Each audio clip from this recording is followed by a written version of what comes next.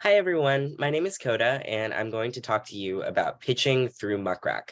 MuckRack's pitching system is very intuitive. It looks extremely professional, and it really gives you all of the tools that you need to make the most professional and best looking pitches possible. So to start, you're going to go over to the relationships tab right here. From there, I'm going to go down to pitches. This brings you to a screen where you can see all of the pitches that you've put out in the past. Over here, you'll see emails sent, and then you'll see the maximum capacity of emails that you can send out per day. That could be different from person to person. For us, it's 1,600, but that's something to keep in mind, and that resets per day. So to create a new one, you go to this Create New button in the upper right corner. So let's click on that. And I'm going to call this one very creatively. I think I'll call this one test 1. Yes. From here, you can see shared with ReThink Media is what it says for me. Or I could just have it only shared with me. So right now it's shared with everybody at ReThink, or I could just have it as a personal one if I don't want to bog everybody up with all those messages. So if you want, you can add an unsubscribe link to the email. So if somebody's not interested in seeing more things like this, that could be a kind thing for you to do for them. Another thing that you can do is you can either track or not track when your emails are being opened or when the links are being clicked. I would definitely recommend tracking this. It's very useful information to have. So let's say I won't put an unsubscribe link this time. And let's go to next step over here. The next one is going to be recipients. On the recipients page, you have the option to pick media lists, a single person, or a generic contact. Media lists are usually what I would go for because then you're going to have a more expansive group of people that you can then parse down. So let's go media lists, and I'm just going to pick a random one. Let's do this one. I'm going to click add.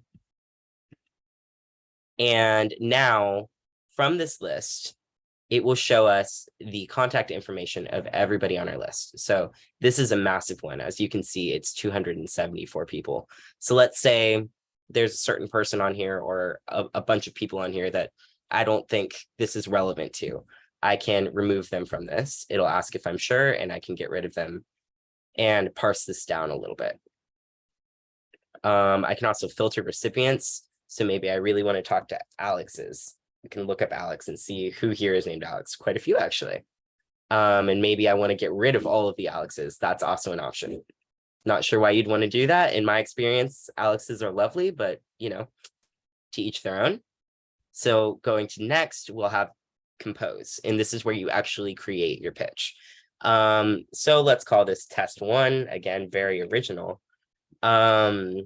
And as you can see, it inserts the first name of each of the contacts as you go. So I'm going to say this is the body of the email.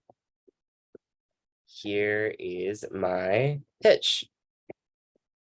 Compelling, I know. And then I'm going to sign it, my name, and my title.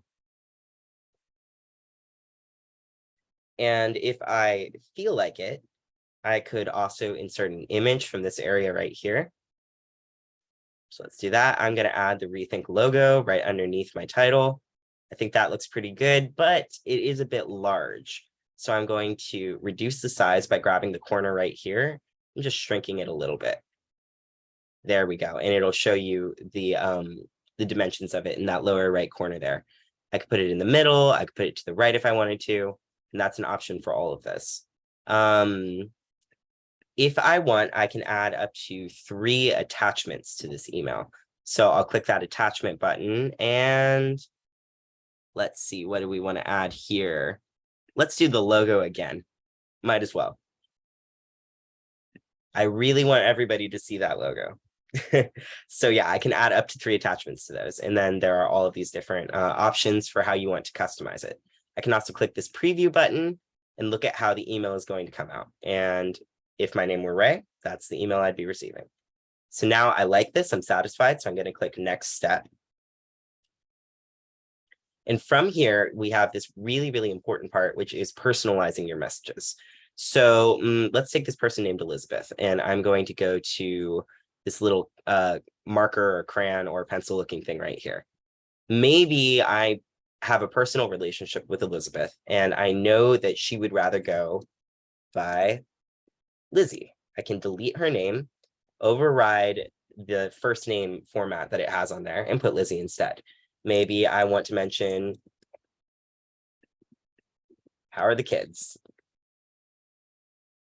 And end it with, hope you are well, or something like that. You get the idea. I can customize it however I want. There's also the option to clear the personalization. If I realize, oh, I was thinking of a different Lizzie, I can clear that and it goes right back. And I can do that to everybody if I want. I can do that to as many as I'm interested in doing. And then I can also open and click tracking is enabled, so I can look at that as well on here.